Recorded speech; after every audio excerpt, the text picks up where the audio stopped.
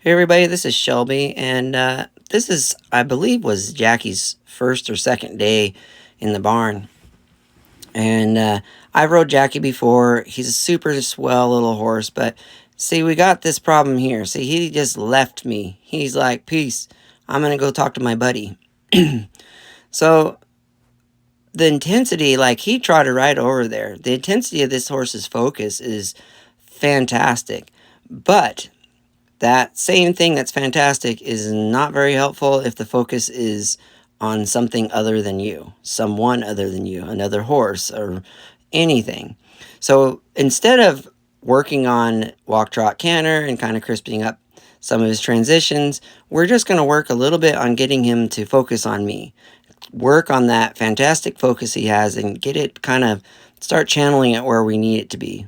Now, it's not going to be perfect, but I just want to improve him. I want him to at least try, because I know he'll clean up and straighten out and be rolling really true really soon. So it's no sense in really heavily schooling on it. It's just like, hey, do you remember this stuff? And he's gonna be like, yeah. So he's just kind of like wants to be over there by his buddy. So that's the only time I really put pressure on him. See here, he's like, well, there's a horse tied up here. Coda's here, my buddy. And you see he kind of like slows down and speeds up. If I didn't wave the flag there he's cantering and he went to the trot. If you watch when he trots over here, he slows down. And if I don't push him, he speeds up right through here, the opposite side of the round pin. So I'm not driving more there. I'm going to push him over on the opposite side where the horse is, where his attention is. And then I'm going to stop and see if I get his attention. And that time I did. He's backing up a little bit because he's fresh out of the stall. And then I pet him and I leave and he's like, oh, I'm going to focus on you. I'm going to put all my focus on you. And then I'm going to say, here, I'm like, do you? Are you? So let's test it. Let's move your haunches. Let's see what happens when I walk away from you. Do you stay with me? What about when I back up here? Do you come with me? And he says, oh, squirrel, I'm going to kind of go back to what I was doing and go and see my friend. I forgot he was over here for a second. But see there, he kept a kind of pretty consistent trot and then all the way around. So I didn't really push him because that's not a problem. Like he's doing what I'm asking him to do, even though he left and he shouldn't have. He went back to work to what we were doing.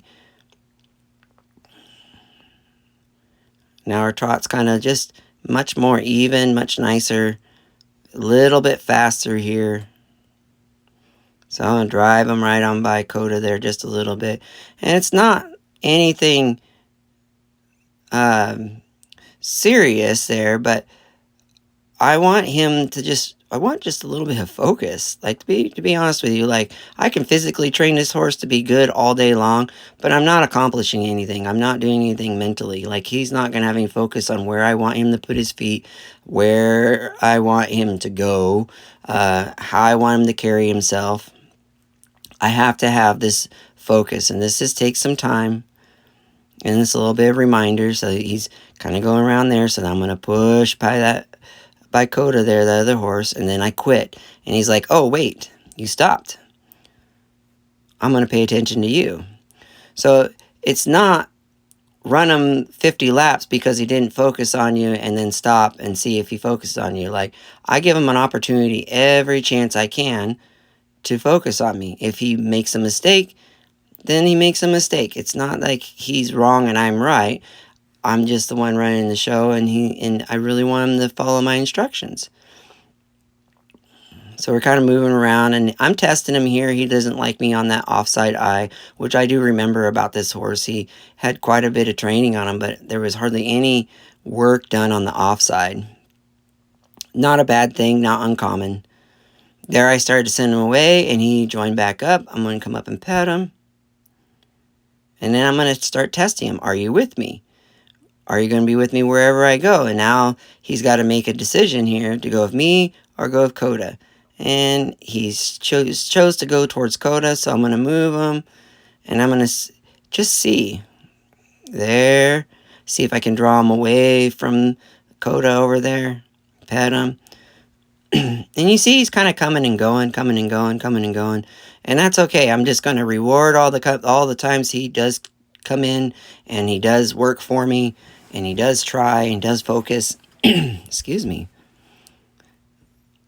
And, you know, when he does that enough times and I feel it's pretty good, then I'm going to saddle him up and ride him.